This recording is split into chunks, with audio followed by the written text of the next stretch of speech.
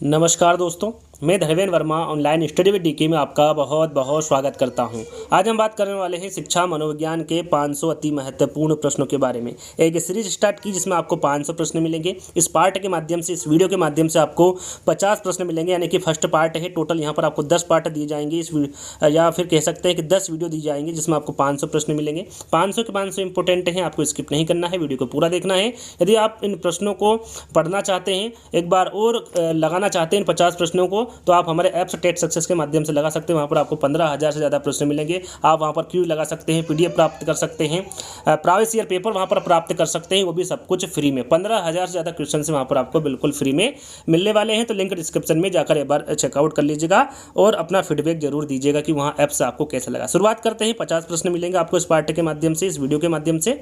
तो अभी तक आपने वीडियो को लाइक नहीं किया तो लाइक करना है, शेयर करना है और चैनल को सब्सक्राइब कर लेना है। तो शुरुआत करते हैं। पहला प्रश्न है, अधिगम को प्रभावित करने वाला शिक्षक से संबंधित कारक। यहाँ पर देखिए शिक्षक से संबंधित कारक पूछा गया है।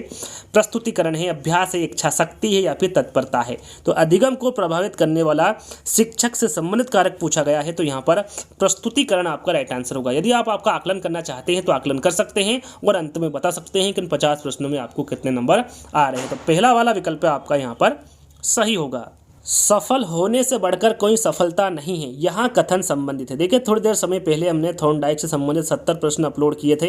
यदि आपने नहीं देखा है तो देख लीजिएगा, काफ़ी इंपॉर्टेंट प्रश्न है। एक ही वैज्ञानिक से 70 प्रश्न लिए हैं, यानी कि यदि थॉर्नडाइक से प्रश्न आ जाता है एग्जाम में तो आप गलत नहीं करेंगे यदि वो वीडियो आपने देख लिया। तो प्रश्न में पूछा गया है कि यहाँ कथन किस नियम से संबंधित है। प्रभाव के नियम से है, अभ्यास के नियम से है, तत्परता के नियम से है या फिर उपरोक्त सभी से हैं। तो यहाँ पर होगा आपका सही आंसर प्रभाव का नियम। जो थॉर्नडाइक है इन्होंने कितने सीखने के नियम बताए हैं? 2 नियम बताए, एक तो मुख्य नियम और दूसरा है गौण नियम। मुख्य नियम के अंतर्गत 3 नियम आते हैं जो कि आपके सामने हैं। 3 नियम ये किसके अंतर्गत आते हैं? मुख्य नियम के अंतर्गत आता है प्रभाव का नियम, अभ्यास का नियम और तत्परता का नियम। बाकी गौण नियम के अंतर्गत कितने नियम आते हैं? 5 नियम आते हैं। यदि आपने वो वीडियो नहीं देखा है तो देख लीजिएगा, वहाँ पर आपको 1 बाय 1 करके अच्छे से समझाया है। तो राइट आंसर आपका यहाँ पर पहला वाला होगा। चलिए, निम्नलिखित में से कौन सा कारक व्यक्तिक भिन्नताओं का कारक नहीं? यहाँ पर देखिए कौन सा कारक है जो व्यक्तिक भिन्नताओं का कारक नहीं है। प्रश्न में पूछा गया है। प्रजाति है, आनुवंशिकता है, भाषा है या फिर वातावरण है। राइट आंसर आपका होगा, देखिए व्यक्तिक भिन्नताओं का कारक पूछा गया है तो वो प्रजाति होगा, आनुवंशिकता होगा और वातावरण होगा। यहाँ पर कौन सा नहीं है पूछा गया है तो आपका राइट आंसर क्या होगा? भाषा। याद रखिएगा, ये व्यक्तिक भिन्नता के कारक के अंतर्गत भाषा नहीं आता है। प्रजाति, आनुवंशिकता और वातावरण ये तीनों ही कारक व्यक्तिक भिन्नताओं के कारक के अंतर्गत आते हैं। वस्तुनिष्ठ प्रश्नों की उपयोगिता का कारण है। यहाँ पर वस्तुनिष्ठ प्रश्न, जिस प्रकार के हम यहाँ पर प्रश्न पढ़ रहे हैं, आपको पढ़ा रहे हैं किस प्रकार के प्रश्न हैं, इन्हीं को वस्तुनिष्ठ प्रश्न कहा जाता है। इनकी उपयोगिता का कारण क्या है ये पूछा गया है। पाठ्यक्रम व्याप्ति है, निष्पक्ष मूल्यांकन है, विद्यार्थियों का हित है या फिर रखने से आ जाती है। तो यहाँ पर देखिए जहाँ पर वस्तुनिष्ठ प्रश्न आ जाते हैं वहाँ पर निष्पक्ष मूल्यांकन होता है। किस प्रकार का मूल्यांकन होगा? निष्पक्ष मूल्यांकन होगा। सेकंड वाला विकल्प आपका सही होगा। चलिए, पुनर्बलन। पुनर्बलन की अनुसूची को दर्शाने वाले मनोवैज्ञानिक का नाम बताइए। काफ़ी इंपॉर्टेंट है, एग्जाम में पूछा गया है। फ्रायड है, हल है, स्किनर है या फिर कोफका है। राइट आंसर आपके सामने है स्किनर। पुनर्बलन की अनुसूची को जो दर्शाने वाले मनोवैज्ञानिक का नाम पूछा गया है तो वो कौन होंगे? स्किनर होंगे। विद्यार्थियों को उपलब्धि परीक्षण का मूल्यांकन करने के लिए पाठशालाओं में उपयोग में आने वाली शिक्षा विधियां कौन सी? यहाँ पर देखिए शिक्षा विधियों के बारे में पूछा गया है। गुणात्मक विधि है, निरीक्षण विधि है, साक्षात्कार विधि या फिर इनमें से कोई नहीं। राइट आंसर आपका होगा गुणात्मक विधि। विद्यार्थियों को उपलब्धि परीक्षण का मूल्यांकन करने के लिए पाठशालाओं में जो उपयोग में लाने वाली शिक्षा विधियाँ हैं वो गुणात्मक विधि होगी। यहाँ पर पहला वाला विकल्प आपका सही होगा। अगला प्रश्न, उपलब्धि परीक्षण के मुख्य उद्देश्य। यहाँ पर देखिए उपलब्धि परीक्षण के मुख्य उद्देश्य पूछा गया है। छात्रों के शिक्षा के आयाम निश्चित करना, छात्रों के शैक्षिक स्तर का पता लगाना, छात्रों की वस्तु की स्थिति का अवलोकन करना या फिर उपरोक्त सभी। तो यहाँ पर आपका राइट आंसर होगा छात्रों के शिक्षा के आयाम निश्चित करना, छात्रों के शैक्षिक स्तर का पता लगाना और छात्रों की वस्तु की स्थिति का अवलोकन करें। ये तीनों ही उपलब्धि परीक्षण के मुख्य उद्देश्य हैं। राइट आंसर आपका यहाँ पर उपरोक्त सभी होगा। चलिए, उपलब्धि परीक्षण का प्रमुख उपयोग होता है। यहाँ पर देखिए उपलब्धि परीक्षण का उपयोग कहाँ पर होता है? प्रमुख अधिगम उत्पाद जांच में होता है, उपचारात्मक शिक्षण में होता है, शैक्षिक मार्गदर्शन में होता है, या फिर उपरोक्त सभी में होता है। तो उपलब्धि परीक्षण के बारे में पूछा गया है तो ये अधिगम उत्पादक जांच में भी होता है, उपचारात्मक शिक्षण में भी होता है और शैक्षिक मार्गदर्शन में भी होता है। तो यहाँ पर भी आपका राइट आंसर उपरोक्त सभी होगा। चलिए, यदि आपको प्रश्न अच्छे लग रहे होंगे तो आप साथ में वीडियो को लाइक करते चलिएगा। नवा प्रश्न है, निम्नलिखित में से कौन सा कारक गणित विषय में प्रतिभाशाली विद्यार्थी को प्रभावित करता है? यहाँ पर आपको बताना है वो कौन सा कारक है जो गणित विषय में प्रतिभाशाली विद्यार्थी को प्रभावित करता है। सहोदर प्रतिद्वंदता है, बाह्य अभिप्रेरणा है, समायोजन का स्तर है, या फिर दृढ़ता है। राइट आंसर आपका होगा यहाँ पर दृढ़ता। याद रखिएगा, दृढ़ता कारक गणित विषय में प्रतिभाशाली विद्यार्थी को प्रभावित करता है। फोर्थ वाला विकल्प आपका सही होगा। चलिए, अभिप्रेरणा का स्तर, यहाँ पर देखिए अभिप्रेरणा का स्तर आपको बताना है। निम्न जब कार्य कठिन हो, उच्च जब कार्य कठिन हो, उच्च जब कार्य सामान्य प्रकृति का हो, या फिर निम्न जब कार्य रुचिकर हो। अभिप्रेरणा का स्तर क्या है ये पूछा गया है। आपका राइट आंसर होगा उच्च जब कार्य कठिन हो, ये अभिप्रेरणा का स्तर होता है। सेकंड वाला विकल्प आपका सही होगा। अगला प्रश्न, निम्नलिखित में से कौन सा प्राकृतिक अभिप्रेरणा का उदाहरण? यहाँ पर देखिए प्राकृतिक अभिप्रेरणा का उदाहरण आपको बताना है कौन सा नहीं है। प्यास, सुरक्षा, प्रतिष्ठा, या फिर भूख। तो यहाँ पर आप समझ ही गए होंगे जो प्रतिष्ठा है ये प्राकृतिक अभिप्रेरणा के अंतर्गत नहीं आता है, ये प्राकृतिक अभिप्रेरणा का उदाहरण नहीं है। प्यास, सुरक्षा और भूख ये तीनों ही प्राकृतिक अभिप्रेरणा के उदाहरण के अंतर्गत आते हैं, प्रतिष्ठा नहीं आता है। तीसरा वाला विकल्प आपका सही होगा। चलिए, निम्नलिखित में से कौन सी प्रेरणा की विधि नहीं? यहाँ पर देखिए कौन सी प्रेरणा की विधि नहीं है पूछा गया है। प्रतियोगिता की भावना उत्पन्न करना, यहाँ पर प्रतियोगिता लिखा हुआ है, ध्यान दीजिएगा। प्रतियोगिता की भावना उत्पन्न करना, व्यवहार में परिवर्तन करना, प्रशंसा करना, या फिर रुचि उत्पन्न करना। राइट आंसर आपका होगा व्यवहार में परिवर्तन करना। ये प्रेरणा की विधि के अंतर्गत नहीं आता है। बाकी प्रतियोगिता की भावना उत्पन्न करना, प्रशंसा करना और रुचि उत्पन्न करना ये तीनों ही अभिप्रेरणा विधि के अंतर्गत आते हैं। व्यवहार में परिवर्तन करना नहीं आता है। तो सेकंड वाला विकल्प आपका सही होगा। प्रेरणा प्रबलन ह्रास सिद्धांत के प्रदाता है। इंपोर्टेंट है, प्रेरणा प्रबलन ह्रास सिद्धांत के प्रदाता कौन है, किसके द्वारा प्रतिपादित किया गया है? मेस्लो, हल, फ्रायड, या फिर इनमें से कोई नहीं। राइट आंसर आपका होगा हल। इंपोर्टेंट है, ध्यान दीजिएगा, प्रेरणा प्रबलन ह्रास सिद्धांत के जो प्रदाता होंगे वो हल होंगे। निम्नलिखित में से कौन सा अभिप्रेरक का उदाहरण? यहाँ पर देखिए अभिप्रेरक का उदाहरण कौन सा है? दांत का दर्द है, दोपहर के भोजन के बाद सोने की आदत है, उच्च कोटि का गायक बनने की इच्छा है, कल करे सो आज कर, या फिर आज करे सो अब। तो यहाँ पर आपको अभिप्रेरक का उदाहरण बताना है। राइट आंसर आपका होगा उच्च कोटि का गायक बनने की इच्छा, ये एक अभिप्रेरक का उदाहरण होगा। अगला प्रश्न, निम्न में से कौन सा जन्मजात प्रेरक है? यहाँ पर देखिए जन्मजात प्रेरक पूछा गया है। भूख, प्यास, दर्द है, भूख, उत्सुकता, सृजनात्मकता है, भूख, प्यास, उत्सुकता है, या फिर भूख, प्यास और काम है। तो राइट आंसर जन्मजात प्रेरक के बारे में पूछा गया है तो ये आपका होगा भूख, प्यास और काम। ये तीनों ही जन्मजात प्रेरक के अंतर्गत आते हैं। निम्नलिखित में से कौन सा जन्मजात प्रेरक नहीं? यहाँ पर प्रश्न को ध्यान से पढ़ना है। पूछा गया है कौन सा जन्मजात प्रेरक नहीं है? भूख, प्यास, नींद, या फिर आदत। सरल सा प्रश्न है, आंसर आपके सामने है आदत। भूख, प्यास और नींद ये तीनों ही जन्मजात प्रेरक है। आदत जन्मजात प्रेरक के अंतर्गत नहीं आता है। फोर्थ वाला विकल्प आपका सही होगा। मेस्लो ने कितने मूल आवश्यकताएं बताई? जो मेस्लो है इन्होंने कितनी मूल आवश्यकताएं बताई हैं? 16, 5, 18 या फिर 16। तो याद रखिएगा इन्होंने 5 आवश्यकताएं बताई हैं। मेस्लो ने कितनी बताई है? 5। कौन कौन सी? शारीरिक आवश्यकता, सुरक्षा की आवश्यकता, प्यास एवं संबंधों की आवश्यकता, आत्मसम्मान की आवश्यकता और आत्मबोध की आवश्यकता। ये 5 मूल आवश्यकताएं बताई है मेस्लो ने, जिनके बारे में आपको पता होना चाहिए। चलिए, निम्न के अभाव में प्रेरणा की प्रक्रिया आरंभ नहीं हो सकती। पुनर्बलन, आवश्यकता, पुरस्कार, या फिर दंड। तो यहाँ पर राइट आंसर होगा आपका आवश्यकता। आवश्यकता के अभाव में प्रेरणा की जो प्रक्रिया है वो आरंभ नहीं हो सकती। सेकंड वाला विकल्प आपका सही होगा। अगला प्रश्न, जब शिशुओं में लंबे समय तक आवश्यकताओं की पूर्ति नहीं की जाती तब निम्न भावनाओं का विकास होता है। कौन सी भावनाओं का विकास होता है? भ्रम का, अविश्वास का, ठहराव का, या फिर हिंसा का। याद रखिएगा जब शिशुओं में लंबे समय तक आवश्यकताओं की पूर्ति नहीं की जाती तब अविश्वास भावना का विकास होता है। कौन सी भावना का विकास होता है? अविश्वास भावना का विकास होता है। यहाँ पर सेकंड वाला विकल्प आपका सही होगा।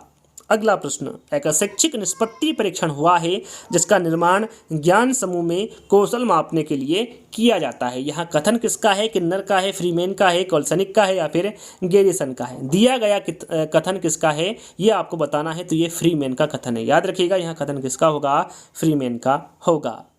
उपलब्धि परीक्षणों का मुख्य रूप से उपयोग होना चाहिए छात्रों के मूल्यांकन में, शिक्षण कार्य की कमी के मूल्यांकन में, उपचारात्मक शिक्षण में या फिर इन सभी में। राइट आंसर आपका होगा छात्रों के मूल्यांकन में। याद रखिएगा उपलब्धि परीक्षणों का जो मुख्य रूप से उपयोग होना चाहिए ये छात्रों के मूल्यांकन में होना चाहिए।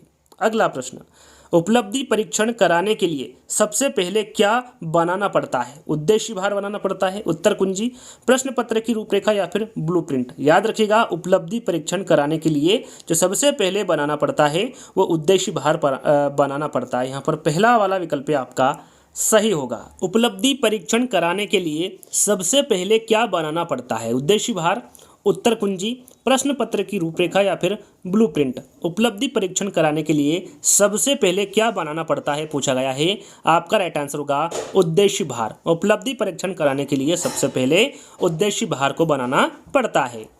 निम्न में से उपलब्धि परीक्षण के प्रकार, यहाँ पर देखिए उपलब्धि परीक्षण के प्रकार पूछा गया है। अप्रमापीकृत है, आत्मनिष्ठ है, प्रमापीकृत परीक्षण है या फिर उपरोक्त सभी है। उपलब्धि परीक्षण के प्रकार पूछा गया है तो वो अप्रमापीकृत भी है, आत्मनिष्ठ भी है और प्रमापीकृत परीक्षण भी, यानी तीनों ही उपलब्धि परीक्षण के प्रकार है। उपरोक्त सभी आपका राइट आंसर होगा।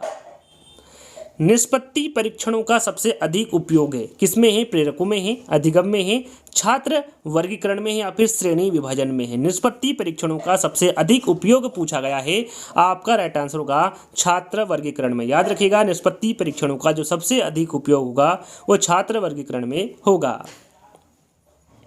वहाँ परीक्षण जिसमें बालकों को प्रारंभिक बिंदु से लेकर अंतिम बिंदु तक रास्ता सही खोजना होता है वो वस्तु संकलन है, भूल भुलैया है, ब्लॉक निर्माण है या फिर कूट संकेत है। तो याद रखिएगा वहाँ परीक्षण होगा भूल भुलैया। भूल भुलैया परीक्षण जिसमें बालकों को प्रारंभिक बिंदु से लेकर अंतिम बिंदु तक रास्ता सही खोजना होता है। सेकंड वाला विकल्प आपका सही होगा। अभिप्रेरणा से तात्पर्य छात्र की आंतरिक शक्ति को जागृत करना है। यहाँ कथन किसका है? वैलेंटाइन का है, गिलफोर्ड का है, स्किनर का है या फिर पियाजे का है? राइट आंसर आपका होगा गिलफोर्ड का। याद रखिएगा यहाँ पर जो दिया गया कथन है ये गिलफोर्ड का कथन है। भारत के कौन से अनुच्छेद के अनुसार शिक्षा का अधिकार हमें मिलता है? यहाँ पर देखिए कौन सा अनुच्छेद है जिसमें हमें शिक्षा का अधिकार मिलता है? अनुच्छेद 19, 32, 21 आ या फिर अनुच्छेद 21? याद रखिएगा वहाँ अनुच्छेद है 21 ए। भारत के अनुच्छेद 21 आ के अनुसार शिक्षा का अधिकार हमें मिलता है। शिक्षा का जो अधिकार है ये कब लागू हुआ था? 1 अप्रैल 2008 में, 2011 में, 2010 में या फिर 2009 में? शिक्षा का अधिकार लागू कब हुआ था पूछा गया है तो ये 1 अप्रैल 2010 को लागू हुआ था शिक्षा का अधिकार। याद रखिएगा 1 अप्रैल 2010 को। अगला प्रश्न, शिक्षा के अधिकार के अनुसार उच्च प्राथमिक शिक्षक छात्र अनुपात एक अध्यापक पर, यानी कि एक अध्यापक पर उच्च प्राथमिक शिक्षक में कितने छात्र होने चाहिए ये पूछा गया है। इसके अनुपात पूछा गया है 45, 40, 35 या फिर 30। तो याद रखिएगा उच्च प्राथमिक शिक्षक के बारे में पूछा गया है तो वहाँ पर अनुपात होता है 1:35, यानी कि एक शिक्षक पर कितने विद्यार्थी होंगे, छात्र होंगे? 35 होंगे उच्च प्राथमिक शिक्षक पे। तो राइट आंसर आपका क्या होगा यहाँ पर? तीसरा वाला। चलिए, प्रेरणा शब्द का मनोवैज्ञानिक अर्थ है। यहाँ पर देखिए प्रेरणा शब्द का मनोवैज्ञानिक अर्थ पूछा गया है। आंतरिक उत्तेजना है, प्रतिक्रिया है, सजीव प्रयास है या फिर इनमें से कोई नहीं? राइट आंसर आपका होगा प्रतिक्रिया। प्रेरणा शब्द का जो मनोवैज्ञानिक अर्थ होगा वो प्रतिक्रिया होगा। अगला प्रश्न, स्टैनफोर्ड बीने परीक्षण। स्टैनफोर्ड बीने परीक्षण मापन करता है अभिरुचि का, बुद्धि का, व्यक्तित्व का या फिर वस्तु स्थायित्व का? आईएमपी प्रश्न है, आपको पता होना चाहिए। राइट आंसर आपका होगा बुद्धि का। याद रखिएगा स्टैनफोर्ड बीने परीक्षण किसका मापन करता है? बुद्धि का करता है। अब बात आती है कि इसको किसके द्वारा दिया गया? तो याद रखिएगा इसको टर्मन एवं बर्ट के द्वारा दिया गया। किसके द्वारा? टर्मन एवं बर्ट के द्वारा स्टैनफोर्ड बीने परीक्षण दिया गया। और ये कितने वर्षों के बच्चों के लिए होता है? तो याद रखिएगा ये 2 से 14 वर्ष के बच्चों के लिए होता है। पूछा जाता है जो स्टैनफोर्ड बीने परीक्षण जो कि टर्मन एवं बर्ट के द्वारा दिया गया ये कितने से कितने वर्ष के बच्चों के लिए होता है? तो ये 2 से 14 वर्ष के बच्चों के लिए होता है। कब दिया गया था? तो ये 1916 में दिया गया था। याद रखिएगा सेकंड वाला विकल्प आपका सही होगा। किसी एक व्यक्ति को सामाजिक दृष्टि से स्वीकृत कार्य करने हेतु कौन सी एक प्रेरणा देता है या फिर कौन सा एक प्रेरक देता है? स्वीकृति प्रेरक, शक्ति प्रेरक, आक्रोश प्रेरक या फिर उपलब्धि प्रेरक? राइट आंसर आपका होगा स्वीकृति प्रेरक। याद रखिएगा, किसी एक व्यक्ति को सामाजिक दृष्टि से स्वीकृत कार्य करने हेतु स्वीकृति प्रेरक देता है। यहाँ पर पहला वाला विकल्प आपका सही होगा।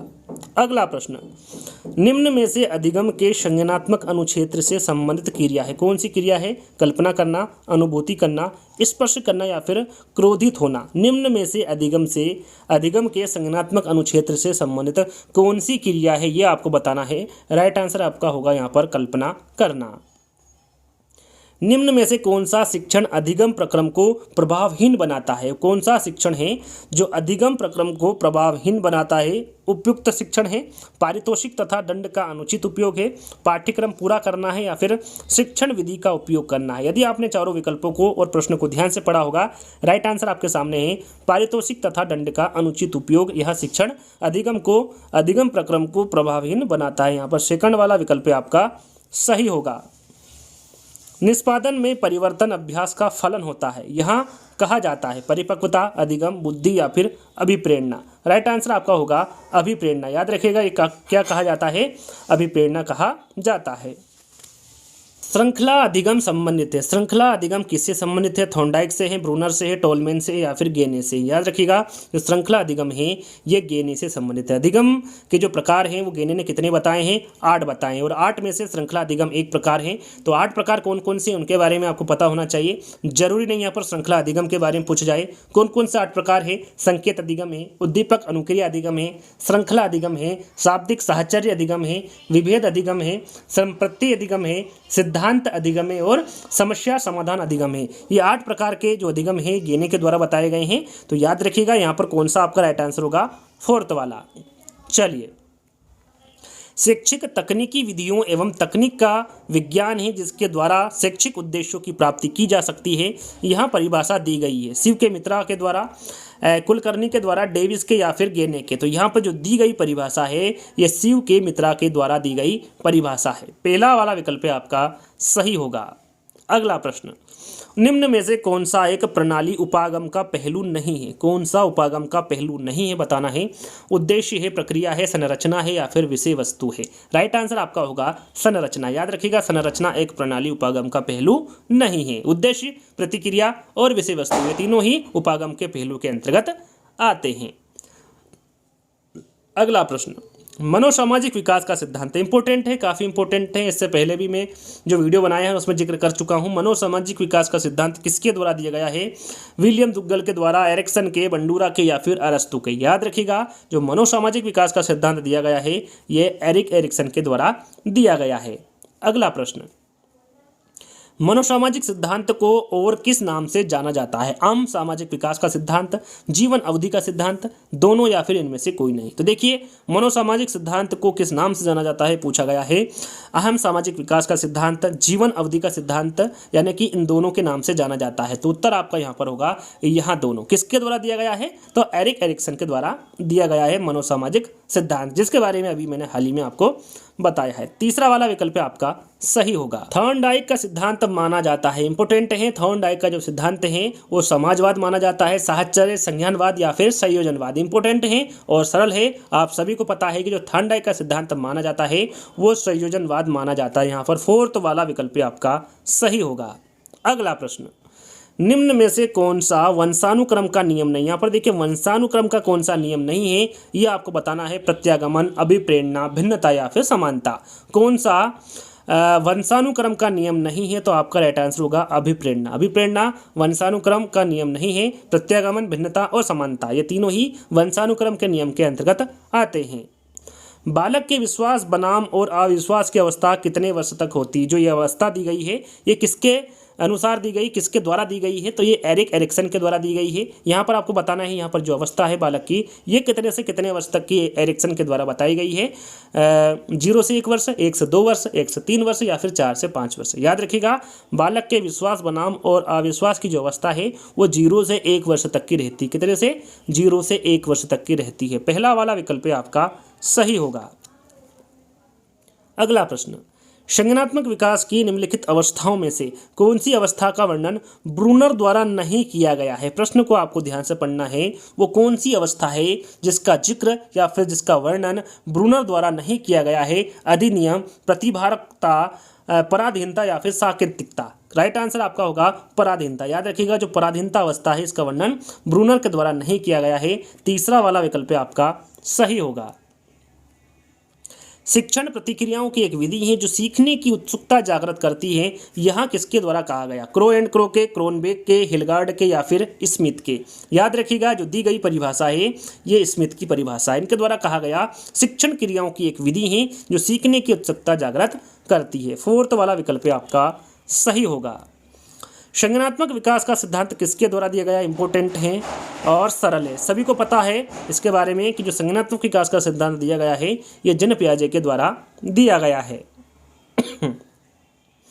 जीन पियाजे कहाँ के वैज्ञानिक थे। अमेरिका के, स्विट्जरलैंड के, लैटिन के या फिर ग्रीनलैंड के। जीन पियाजे कहाँ के वैज्ञानिक थे, तो ये स्विट्जरलैंड के वैज्ञानिक थे। इंपॉर्टेंट है, ध्यान दीजिएगा, जीन पियाजे कहाँ के वैज्ञानिक थे, स्विट्जरलैंड के वैज्ञानिक थे। जीन पियाजे ने कितनी पुस्तकों की रचना की है। 32, 31, 40 या फिर 42। सबसे ज़्यादा जीन पियाजे से संबंधित प्रश्न यहाँ पर आए हुए हैं, तो इनके बारे में थोड़ी सी जानकारी दूंगा। सबसे पहले इसका आंसर जान लेते हैं। जीन पियाजे ने कितनी पुस्तकों की रचना की है, तो याद रखिएगा 32 पुस्तकों की। सबसे ज़्यादा यदि एग्जाम में पूछे कि सबसे ज़्यादा पुस्तकों किसके द्वारा लिखी गई है, तो वो है जीन पियाजे। प्रश्न में पूछा जाता है कि विकासात्मक मनोविज्ञान के जनक किसे कहा जाता है, तो वो जीन पियाजे को ही कहा जाता है। इनके जन्म के बारे में पूछे कि इनका जन्म कब हुआ था, तो 1996 में हुआ था। ये कहाँ के वैज्ञानिक थे, स्विट्जरलैंड के वैज्ञानिक थे।